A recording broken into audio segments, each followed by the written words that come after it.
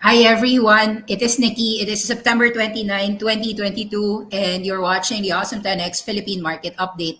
Let's talk about the dollar debt exposures of Philippine stocks and the market risks that remain.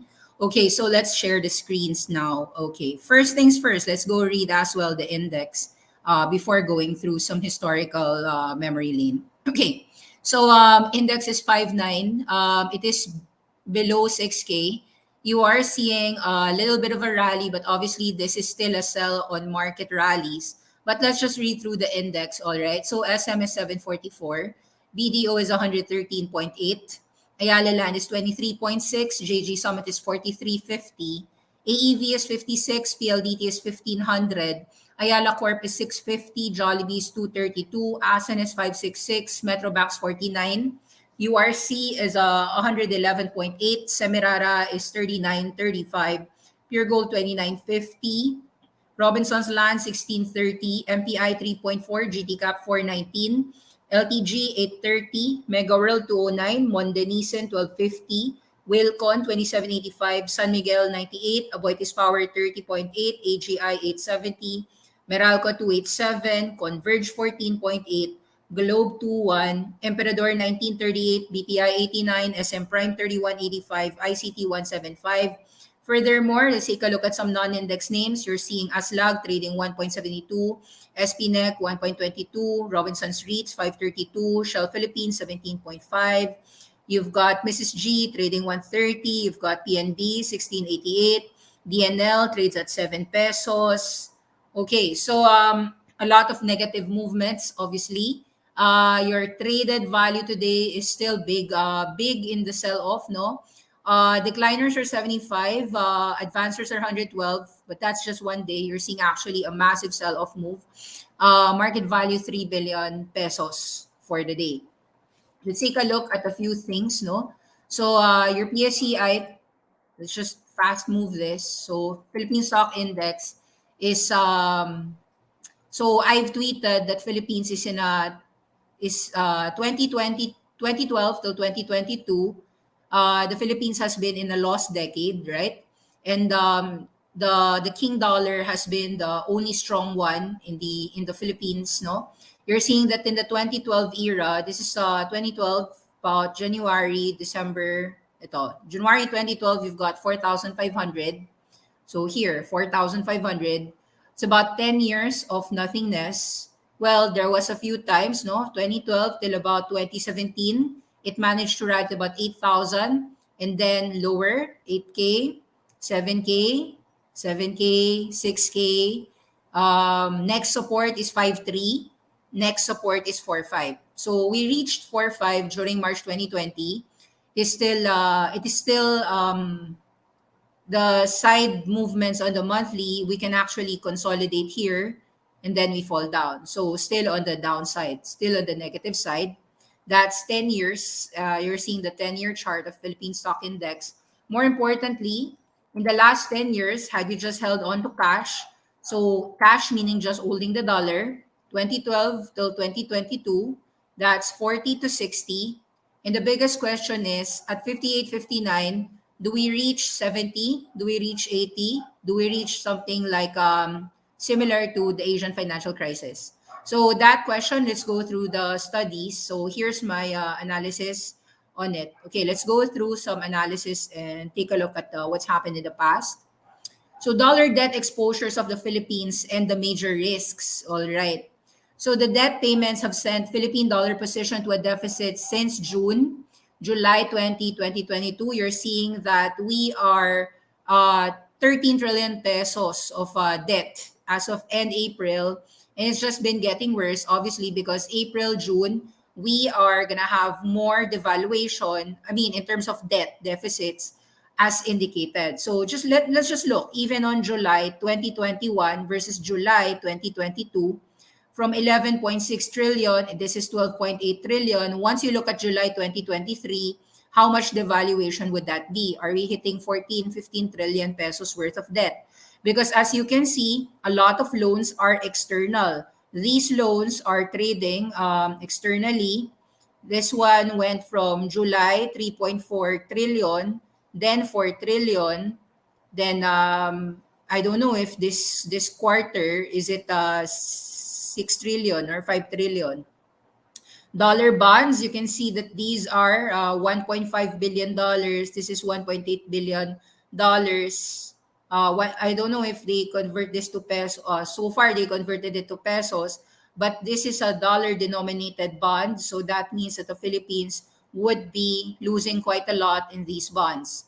So if you seriously think, and this is just me, if you seriously think this dollar peso will stop at 59 or 60, my view is that you are wrong because these are the Philippine billions of dollars of debts until 2027. So the forecast is that the Philippines will continue to borrow money to $36 billion to about $350 billion. That means that the Philippine markets or the Philippine economy would remain in deficit. And if you have a government that will have higher and higher debt, and the debt in the dollar form, then it is going to be very expensive to service that debt, and the only sufferer there is the Filipinos who are hardworking, earning hard pesos, and it's just gonna get devalued all day long or all year long. So it's gonna take massive devaluation, and I don't know how to stop this trend. So just showing to you that this is a wrecking ball that is continuing to wreak havoc. Philippine government outstanding debt, 13 trillion mark. This was as of June, July. You know that from June, July, we went from 53 to 59. So that's further what? Devaluation. Of the total debt stock, 30% was sourced externally, 70% was domestic borrowing. So it says that on the 13 trillion, if you're 30% there, which is roughly 4 trillion pesos, so 4 trillion pesos, let's just convert that to divide by 50 muna. That means that we have roughly 4 trillion pesos divided by, so 1 trillion is about what's that? $20 billion. So we have about 4 trillion, so that's about $80 billion. So every single peso hit depreciation is 80 billion pesos suffering for the poor Filipinos. Now, let's just read through some understanding as well of some companies in the Philippines. Take note that in year 2021, there was a COVID pandemic. Some companies in the Philippines actually borrowed money in the dollar form. So there was this S&P 500 or mga credit issuers. They evaluated globe revenue and cost is mainly in Philippine peso. They only hedge 96% of a $1 billion debt with a cross-currency swap. So they have 4% exposure. Nonetheless, a 0.9% depreciation in the dollar peso would reduce their profit before tax by 1 billion peso. This is for Globe. Now, this means that the company has mitigated the risk of their dollar-denominated debts bloating in peso terms due to the latter's depreciation. So we don't know if Globe has so far hedged entirely their dollar peso debts, but it's 96% hedge. The derivatives have prearranged condition allowing their shareholders to have access to the foreign currency rates at more favorable rates than what's going on in the market right now. Now, diversified conglomerate San Miguel, 74% revenues is in peso. A portion of their costs are in dollar. They have hedged 88% of their $500 million bonds with a call spread and a cross-currency swap option, meaning as the dollar peso keeps on devaluing, they would earn some money for that because they hedged. But they hedged 88%. So that means there's still 12% that is unhedged. Now, it says here that a 1% depreciation would reduce their profit per tax by 5 billion pesos. However, SME's dollar debt issuing subsidiaries, Petron and San Miguel Global Power, have significantly inadequate dollar debt hedging measures in place. Oil and gas company Petron revenues is in 13% revenue is in dollar, but 53% of cost is in dollar, has hedged 4%. So this one is just a small hedge. 4% of a $2 billion debt, call spread options in the range of 47 to 57. A depreciation, they said here, would reduce the profit before tax by 790 million pesos. San Miguel Global Power Holdings, a power generation company, revenues mostly in peso, cost mostly in dollar, has hedged 3% on a $5.7 billion debt with call spread option in the range of 52.95 to 56.15. Okay, let's take a look. So we know that there are companies in the Philippines that have debts. If you're not aware of that, you can just do a Google search here. Google search here, Philippine companies dollar debt. You've got mga Globe, San Miguel. You can understand Philippine tycoon Uy Business facing a $700 million debt. You've got corporate dollar debt payments swelling. The Philippines lost more than $1 billion against the rest of the world, June 22.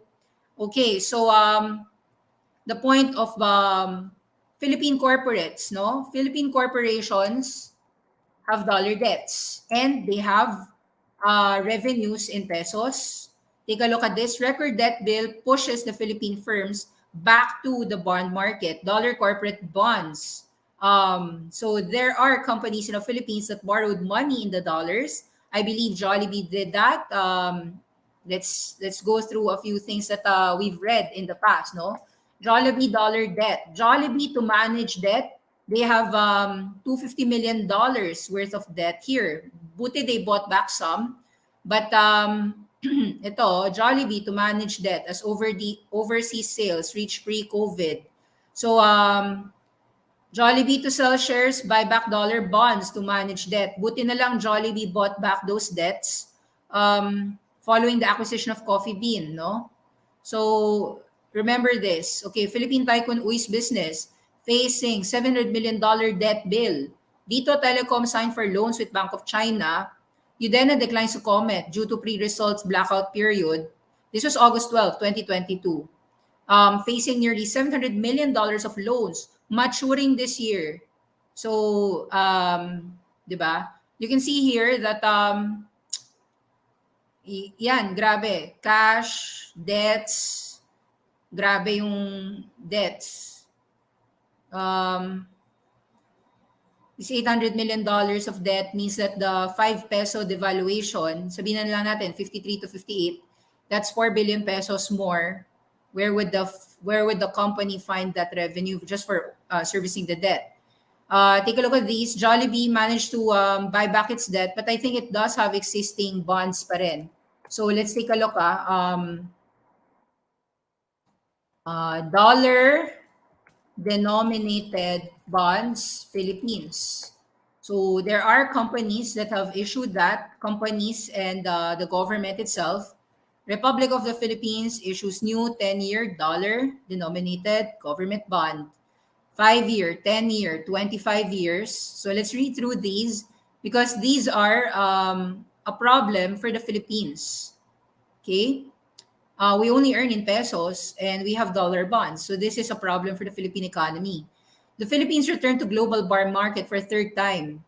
Dollar denominated debts, these are June 2021, that was issued last year. Dollar bonds 10 years, 25 years, around $500 million each per tenor. So yeah, so that is a huge problem, these dollar debts. Last year, the country also tapped the US government bond market, raising $2.75 billion in a dual tranche offering in December, another $2.35 billion in April. So this is like what, 5 billion? So yun, something to just keep in mind. The Philippine government has bonds, and these bonds are gonna make the Philippine economy suffer with this devaluation. So just fast, and then of course, up to 20% rate hikes in farm products seen amid devastation of Carding. We have so many problems. Not a fearmonger, just reading news. Okay, Philippine index, let's take a look at 1997 to 1998. Of course, during this time, I was also just 10 years old. So, okay, let's just understand. February 1997, your Philippine index stopped at about 3,400. Around September 1998, it dropped to as much as 69% decline, 1,000. So from about 3,400, we fell to 1,000. You can see 3 sharp rallies here. There was a 17% rally here in 2 months' time. That was May 97 till June 97. It went from 2,485 to 2,919. That was the last ditch 3,000 sell. And then 3,000 went all the way down to as much as 1,800. And then it rallied back to 2,200. I didn't make this rally, no. 1.8 to 2.2. Sorry, no. It fell 1.4. Sorry. 1.4 to 2.2, no. So there was a 60%. You can see that humongous rally. It bottomed January 1998 and rallied in 2 months 60%. So January from 1.4 rallied as much as 2.2 and then fell all the way down yet again to 1,000 around somewhere in September 1998. Rallied back July 1999, 145% increases. So if you ask me, where's the Philippine index now at 6,000? Looks like we are on the midst of this. Parang nandito ka sa breakdown of about 2,000 area of Philippine index during the 1997 crisis. I wouldn't say that we are in the bottom area at about these 6,000 levels because we can clearly see that any rallies would continue to be sold. So just for a brief look, no, PSEI weekly. This is your weekly. These are massive losses pa rin.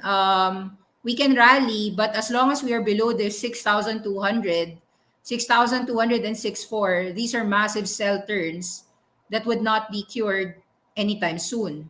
So just looking back to history, here, look at the history. So from about 3,000, it bottomed out roughly 1.8. So about 3,000 to 1.8, that's about 40% decline. So 40% decline, assuming na lang natin 40% decline for the Philippine index. Okay, so far 7,000 to 6,000 pa lang eh. So we are still halfway on the sell-off. Just comparing from the index of the past. So this is your 6.8, very strong resistances there. So far, we've fallen 15%. To estimate the past, well, can we retest as long as lower here to about 4.5 or dito sa 5K? Sabihin na natin, 5,000. We are stronger than the past, let's say. But that's another 10% decline from 5.9 to 5.2. So a lot of people are really scared because of this movement. And there is reason to be amply scared. Okay, so let's take a look at the Asian financial crisis just for information. This duration was 19 months, 70% decline. So that's about roughly 1.5 years, no? So assuming natin, yet again, let's pause it to the Philippine index if history rhymes. Okay, so you've got this 7,200 January 2022. It means that by 19 months, we will probably be over this bear market for the Philippines. At the very least, maybe the earliest time would be somewhere March 2023 or June, July 2023. It's not yet over, in other words. Okay, so what else can we say? Asian financial crisis is a period of financial crisis gripping East Asia and Southeast Asia, raising fears of a worldwide economic meltdown due to financial contagion. So far, we are seeing dollar peso devaluing nonstop. So I'm retweeting a few things here. So you can see that the dollar peso actually shot up more than 15% devaluation. There are other currencies that devalued way worse than us: Turkish lira, the Japanese yen, British pounds, Kiwi dollar, Euro dollar, Korean won. So far, other ASEAN currencies have not yet devalued as much as we did. Indian rupee devalued just 6%. Dollar Swiss francs, dollar Canadian, dollar Indian rupee, Indonesian rupiah, Malaysia's ringgit, and Aussie dollars have devalued 10%. But just clearly looking at the DXY, even if you're not looking at all the other currencies, this year, no, in 2022, a major, this is against all the major baskets, whether it be the euro, Japanese yen. You're seeing this devaluation of everything against the dollar, minimum of this year, 95 till about 115, 20% on average. So that's a 20% devaluation. Now, if we're going to look at the past, of course, let's try to look at the monthly charts here to find the 1997-1998 crisis. So the devaluation during that time, okay, so here, There was a massive devaluation here, 1980s, 87 to 160. Let's take a look at the past here. What devaluation? 80% devaluation with King Dollar. There was also here, yet again, 1997 to 1998 crisis. Let's just try to relive the past. Here, from about 1997, about 35% devaluation. So if we're just gonna pause it at 35% valuation, all right, so 35% valuation would be somewhere here, 126. So a further 13% valuation for the Philippine peso, which will take 60 to about 13%, 60 is 70, roughly. Nasa 70 area. So nasa 70 area yung tingin. There are questions, may good chance ba mag-massive layoff sa Philippines? Ma-affect yung Philippines in some way or another, which can also cause massive layoffs because usually when the worldwide crisis happens, affected ang Philippines and sometimes double hurt for the Philippines pa. If they're hurting, we hurt more. So okay, so let's just understand history. During May 1997, Bangko Sentral already raised interest rates 1.75% points and again 2% on June 19. Thailand triggered a crisis July 2 and July 3. Bangko Sentral intervened to defend the peso. The overnight rate went from 15% to 32%. Asian crisis in mid-July 1997. Peso dropped from 26 per dollar at the start of crisis to 46.50 in early 1998 and even as high as 53 pesos in July 2001. The GDP contracted 0.6% during the worst part of this crisis, grew 3% in 2001 despite scandal of the administration of Joseph Estrada in 2001, most notably the wetting scandal, causing the index of the Philippines to fall to 1,000 points from a high of 3.4 in 1997. The peso value declined to around 56 pesos to the dollar even, and later that year, Estrada was on the verge of impeachment. His allies in the Senate voted against continuing the proceedings. Okay, this led to popular protest, culminating in EDSA Revolution 2, which essentially resigned and elevated Gloria Macapagal Arroyo to the presidency. Arroyo lessened the crisis in the country. Philippine peso rose to about 50 pesos from 56.57, trading around 41 to the dollar in late 2007. Because the peso-dollar crisis was averted, the stock market reached an all-time high in 2007. Economy grew more than 7%, the highest in nearly 2 decades. So let's look back in history. This is that 1997 crisis, all the way to 44 very fast. Okay, so that's like 30 to 44, 50% devaluation. So 50 to 70 is still not out of the picture. We're currently 59. It can hit 70. I don't know why, but it is possible based on history. Then we can shot back all the way to 38, from 44 to 38, and then 38 still all the way to 56, no? For the next 3 years, no? So that's a very, very difficult map to think about, but that's the timeline. It was only averted during the Arroyo time. It took a while. So GMA shored up all the Philippine government debts. We were in a surplus. We had a lot of OFW remittances, tax collection revenues. The VAT was imposed. So we were able to recover. The Philippine economy recovered, but it was a very, very hard recovery nonetheless. So let's read back on some headlines during 1997. Look at how ill these headlines were. In October 1997, October 11, says here that the worst is over. Stocks jumped. Turnover value tripled at Philippine Stock Exchange yesterday. The economy returned. October 11, 1997. Let's go back to the PSEI. What was October 11, 1997? Here. There was no such thing as a comeback. In fact, it fell all the way down further to 1.4.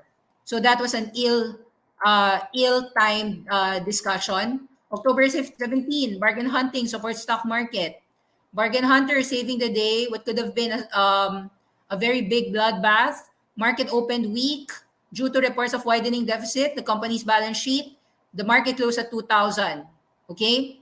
October 19, 1997, there is the advent of mobile public phones in the Philippines. You've got the National Telecommunication announcing 9 telecoms selected to provide mobile communication network. Of course, that is the advent of your PLDT. During October 20, less and less foreigners investing in the Philippines. They left the Philippines furthermore. They had a net sell, billions of dollars. Around October 22, owners blamed for a Monte de Piedad collapse. The Senate Committee on Banks blames Victan, former majority owner of the savings bank, strategic lending investors for the near collapse. You've got millions of investors during this time having their savings gone.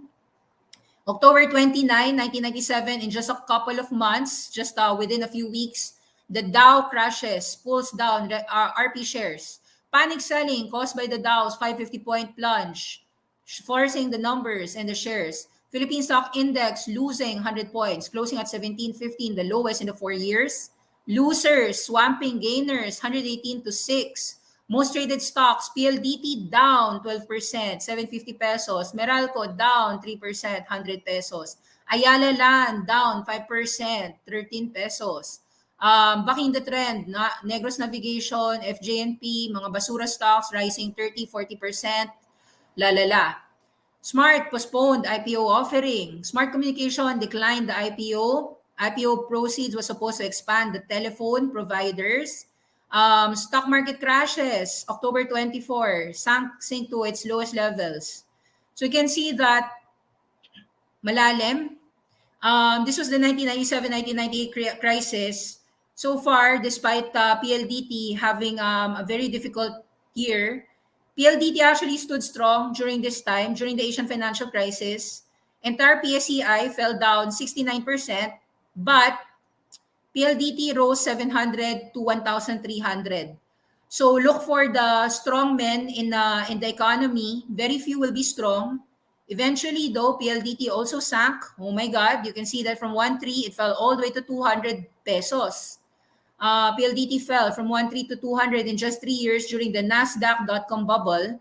Then it sharply staged a V-shaped recovery from 200 all the way to 1,900, 2,100. So that was a 10x move during the Gloria Arroyo time when ERAP left the scene and the Philippine economy was booming because of mobile phones. We are buying cell phones already during this time. Nokia pa during this time. What happened to the banks? Metro banks suffered 69% drop in the Philippines, same with the index. So it was a correlation of 1:1. The dollar dropped, the peso devalued, the index fell, Metro Bank fell from 48 pesos, 46 pesos, all the way to about 15 pesos. It managed to recover during the Nasdaq bubble, rallying back to the Asian financial crisis top of 46, no?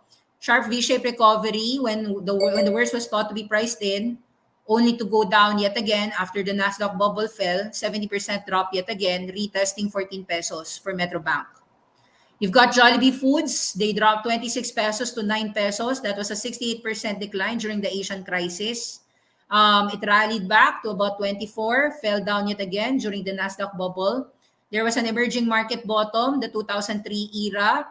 So when Gloria Macapagal Arroyo also helmed and took the crown over from ERAP, when GMA came in, the entire economy was also bottoming out. So there was a big bull market 4 years, 2003 until 2007, and then we got the subprime. It took Jollibee only 4 years to get from 9 to 22 and then 22 to 60 peso, which tells you that good companies will still remain in play even in a bear market. But it's going to take these big drops, 68% drop, 60% drop. If you ask me, Jollibee at 200 pesos today, will it go to about 100 pesos? Maybe yes, maybe not. But it's worthwhile to actually consider that these are resistances here at 230, 240. You've got the inflation, and it's hard to contain inflation without interest rate hikes.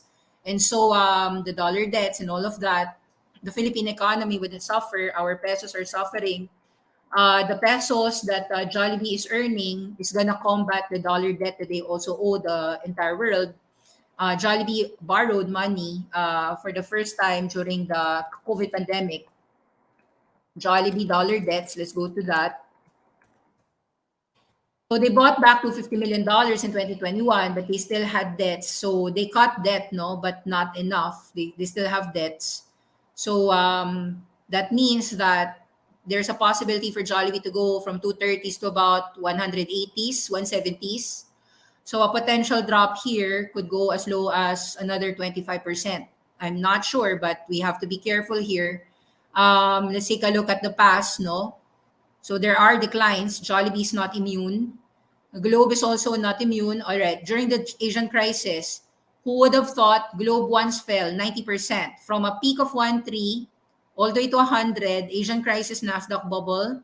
Of course, it rose from about 100 all the way to 1700 during the EM bull market. And then today, of course, Globe is a very strong bank. Sorry, bank today. Yeah, with the GCash subsidiaries.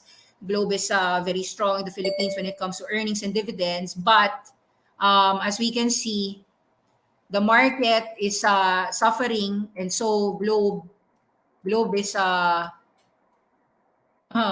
let's take note that Globe earns in pesos all the broadband connection, dollar, peso, no? So, and yet they also have some bonds.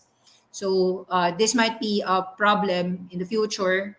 So, at 2-1, I don't know if it goes 2,000 or 1,500, but for safety measures, unfortunately, what we learn is that only the dollar is king, no? So, there's very few safe haven.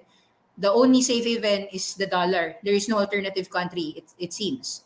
Okay, let's take a look at some areas as well. What's happened to Ayala Land during the Asian crisis? 1997 to 1998 Asian crisis had a 10 years time before it will V-shape. So the bull market of '07 has been the 1997 peak. 17 pesos Ayala Land fell all the way to 3 pesos here. So that was a 80% decline for Ayala Land. So Ayala Land is property. Let's take a look at your Ayala Land here, an 80% decline, no? 50 pesos here, 80% decline would roughly be around 80% decline is somewhere at about 12 pesos. Sabihin na natin dito sa areas na to, dito siguro, 13, 14. I don't know if it's an 80% decline or it's a 70% decline. But we cannot avoid this apocalypse scenario. So let's just understand how low the markets can go during a crisis. Of course, this can rally from 23 to 27, but then again, that would be met with a lot of resistances. So still ongoing sell-off here. And we think that there is still a lot of leeway for falling down. So scary, scary things to acknowledge. Ayala Land free fall. URC fell 90% during the Asian financial crisis. No, recovery was briefly.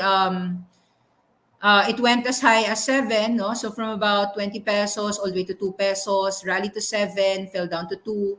2 pesos went 10x to 20 pesos, and then that was the bull market. No, so let's understand URC here. URC levels is still unfortunately. So we would have to take back the bullishness here for URC. We can see that everyone is scrambling to get out of the Philippine market. So this is a massive sell now, 110, 111. We can argue that the URC today is more resilient. They have more business revenue streams. But then again, URC is not immune to a sell-off. So while it might not fall 90% like the past, let's just understand that it could retest 80 pesos furthermore for URC. And if worst comes to worst, if that 80 peso breaks, an 80% decline from 220 is all the way to about 40 peso. 80% decline is 40 pesos. I don't know if it's gonna go 80% decline, but it's noteworthy to just be it's noteworthy to be scared about, guys. So let's not be complacent about things here. Yun, very, very scary facts. Key conclusion, of course, every kind of crisis has a different source of problem, different solution. What we can infer is that knowing to buy is not enough. Knowing how to sell is very important too. We know investing in crisis sometimes requires 80%, 90% drop just to caution the downside from peak. May it be Ayala, URC, Metro Bank. We're not talking about basura stocks here. We're talking about legit companies, great companies, big companies in the Philippines, but that doesn't absolve you from a sell-off. What we learned is that the 2020 COVID crisis in the past, we thought, I studied this kasi for the COVID crisis, no? That it could last more than 12 months. And even after the COVID crisis, it's still not enough. Initially, you would see that PLDT and Globe was stronger. Jollibee became a strong recovery. it takes a very long time for properties like Ayala and Metrobank because the dollar debts could trigger defaults, property mortgage defaults. So that's really the reason why it's the skeletons are yet to be unlocked. 2008 to 2009, let's just understand the index. So the financial crisis was a 50% drop for PSEI. I don't know if we are 2008, 2009 style or Asian financial crisis style, but the currency is what I am scared about. And the currency devaluation reminds me really of Asian crisis, even if I was just 10 years old during that time, guys. 10, 12 years old ako noon. So, this one, I was, no 2008, 2009, I was out of college already. So, ito, I experienced this firsthand. This was a scary time for index, no? 3.9 all the way to about 1.6. This was a 56% drop. So, let's assume na lang na this is a traditional 56% drop. Your index will go maybe from 8.8 to about 4.4. So, still, no? 4.4 is here, guys. 4.4 dito. So, 35% further sell-off. If you're gonna go bottom fishing, I would say that somewhere here at about 4.4, 4.5 is where it's probably safe. 6,059 is not safe. It is still a sell area. So just based on historical precepts. Now, index, of course, recovered. You can see that from 1.7, if you buy on the lows of October '08, bought during March 2009, yes, there was a strong recovery, a 150% rally. Just like what happened in the Asian financial crisis, there was a 145% rally. So meaning, what does that mean? If you do get a low, no? So light at the end of the tunnel, if you get to buy at 4,500 PSEI, just in case it goes down there, you get a 100% potential rally in the next 2 years, no? Maybe 2025, we rally to 7,000. So there's that potential. So you buy low, you sell high. So ganun yung mangyayari. Parang resistance to forever, tong 7,000, 6,000 areas. So, okay, so subprime crisis to, that's what we learned. Philippine index, you can see naman na 2009 till about 2022, di ba? We peaked in the Philippines around 2017. So Ayala land fell 73% hard also during the crisis. So properties get burned a lot. Then they go up to 70%. But properties are really, really a hard area to invest upon. So Ayala land at 24, that's not enough. It can go 16, 15, I don't know, but I can see from the past that it is not a safe haven. SM Prime fell less than Ayala land. You can see that on '08, the mall was recovering faster, but it fell 50% as well. So SM Prime, just for acknowledging the big caps on the Philippines, SM Prime 50%, 42 can get some buyers here at 24, 21, no? So if it's gonna fall, there's a lot of buyers here 21. So similar to the 2020 March crash. So there's really a lot of buyers here, guys. Dito tayo mag-aabang 21 to 24 for SM Prime.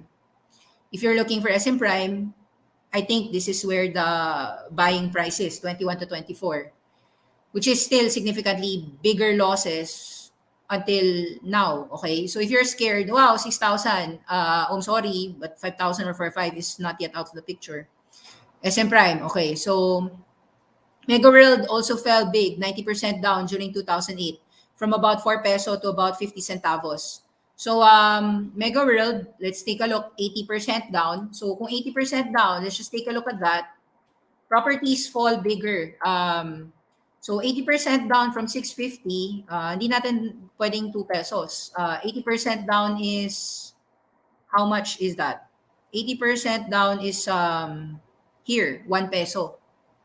1 peso. I don't know if we will reach 1 peso for Mega World, but something to keep in mind. I don't want to scare the shit out of you, no? But just trying to learn nga, as I said, let's learn from the history so that we can understand the gravity of the problem. So Mega World, no? Yun, 90% down yan, 5 peso to 50 cents.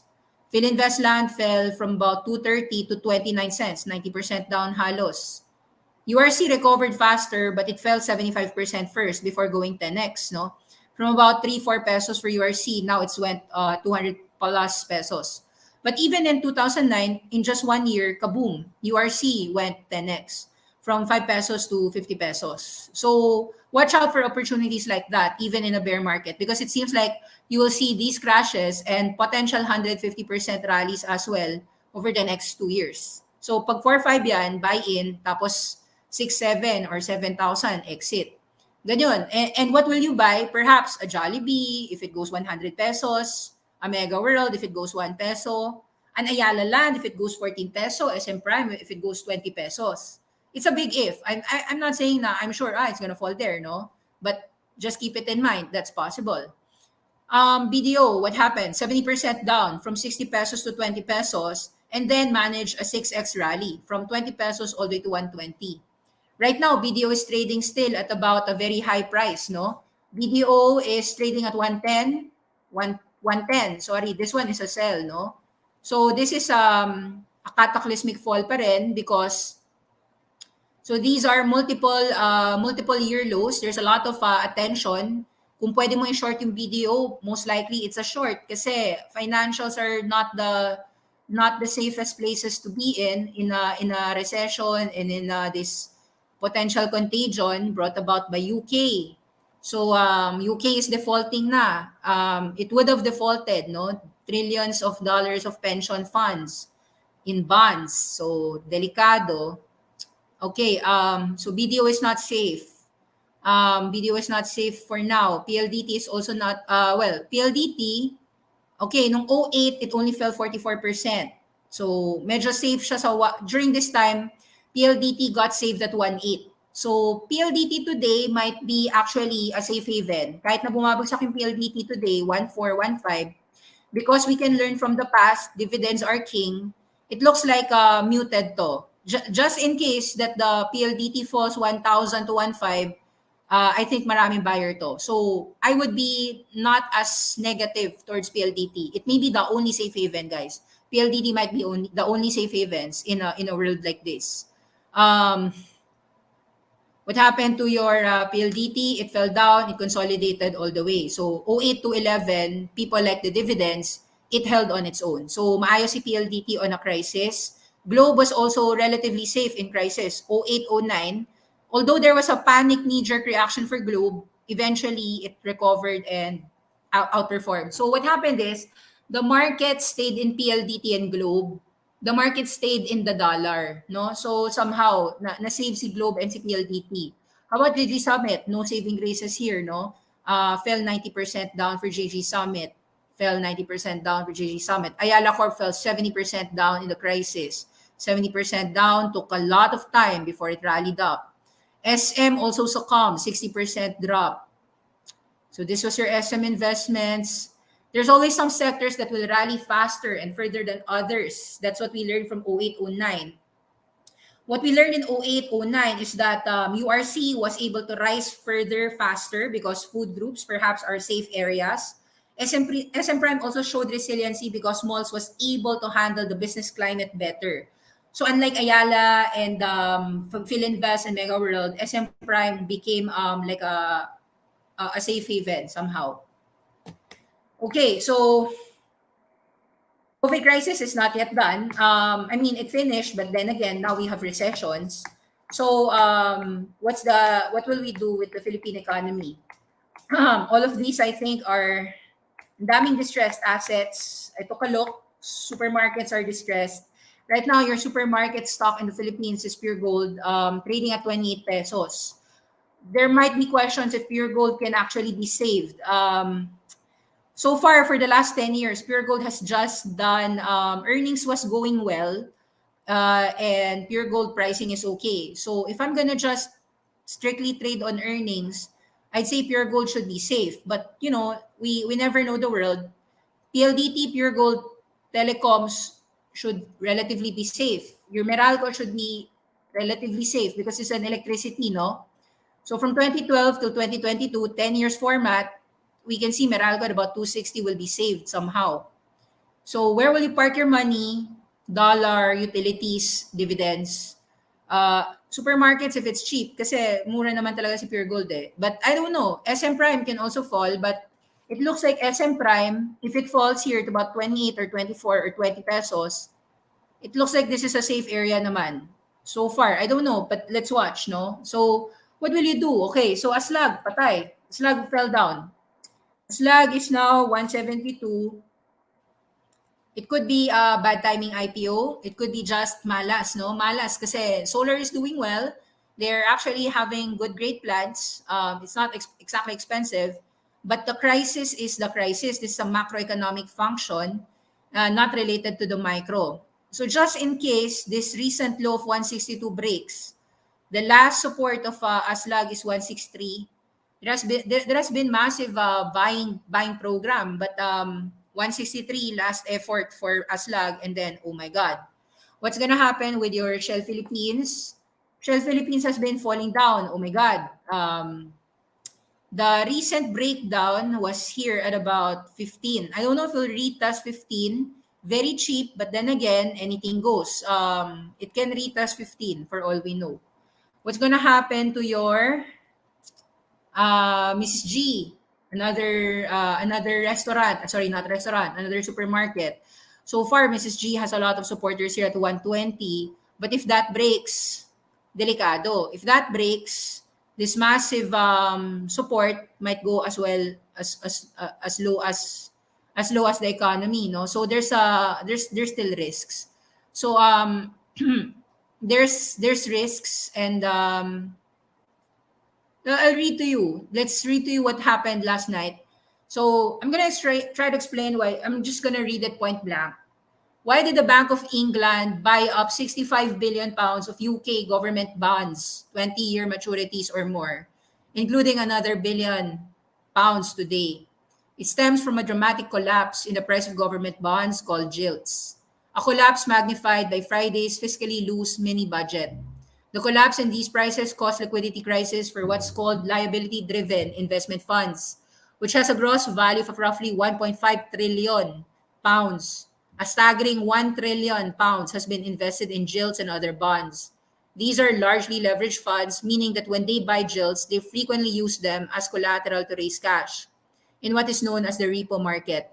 They use the cash to buy more gilts, pledge the gilts again and again, and so on. Now the risk of raising money in this way is that when the value of the collateral collapses, it will crash gilt prices. The funds have to somehow find cash either to repay the money.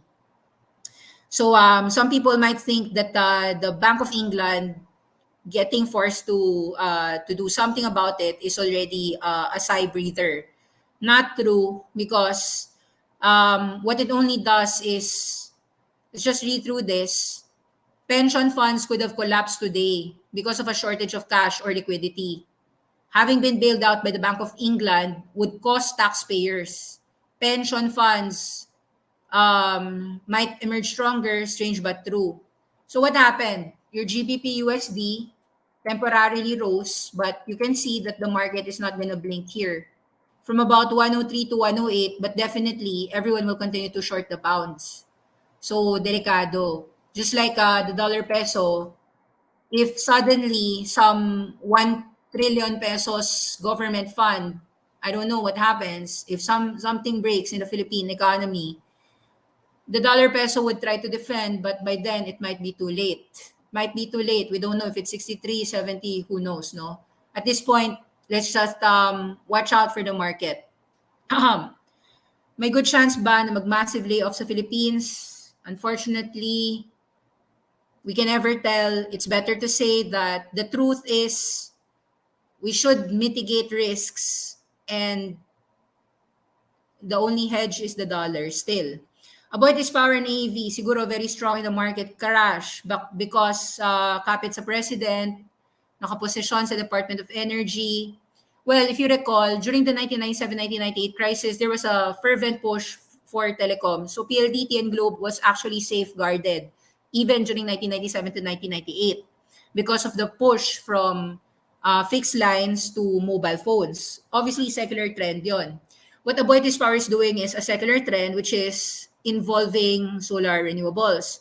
So it's possible that within next 3 years, next 4 years, baka safe haven naman yung energy sector. Baka safe naman yung mga solar aslag, baka safe naman tong mga Aboitices, baka safe naman yung Aboitiz Equity Venture. The key question is baka, because I don't know. I don't know too. Um, I do not know. It's better to tell you I do not know. Um, so some people are saying, grabe, 60% drop pala, wait talaga. That's what we learn from history. We don't know if history will repeat itself. I'm not saying that eto yung mangyayari, eto sure ako, 4-5 tayo, 5,000 tayo. But am I scared? I'm scared because um, it's uncontrollable. We might not be able to control this. This is a worldwide event. This is not a Philippine peso event even, no? This is a worldwide contagion. UK, euros, Japanese yen. I don't know what's gonna happen in all the countries, and God save the Philippines. But you know, the best way is to point blank tell you that if the dollar yields 4%, it's very hard. Well, I can't buy treasury bonds, but I think that for Filipinos, you can get about 2% interest for your dollar deposits. Just try to find in the banks in the Philippines. Yun, that's something that you can consider just to help and hedge. Now you might say, but Filipino has to eat, no? So the food has to stay strong. I think that's possible. We saw naman during the crisis, URC was safeguarded during the '08, but URC fell as well before it was safeguarded. So I wouldn't say that this is the worst. There can be worse, no? 5-9 can fall all the way down further. So ingat na lang. I'd still say stay safe. So yon, thank you for listening. I will be gone, guys. Sorry, I will be out in the next 2 weeks. It was a planned vacation. I would be in a honeymoon kasi I just got married this year. So then again, that doesn't mean that I'm not gonna look at the markets as much as possible. If you want to follow my ideas, I will tweet. Mas mabilis naman kasi mag-tweet. This is my Faces Trader tweet. But it's really, really hard. Hard times, manage risk. Some people ask me, Nikki, what's gonna happen to real estate? I don't know because real estate prices might fall down if people cannot pay high interest rates. Because in order for the central banks to control this devaluation, peso dollar interest would rise. I don't know what's gonna happen. You tell me what's gonna happen. But if there's any guide from history, history tells us let's just prepare for apocalypse. I don't know what's gonna happen. Bye bye.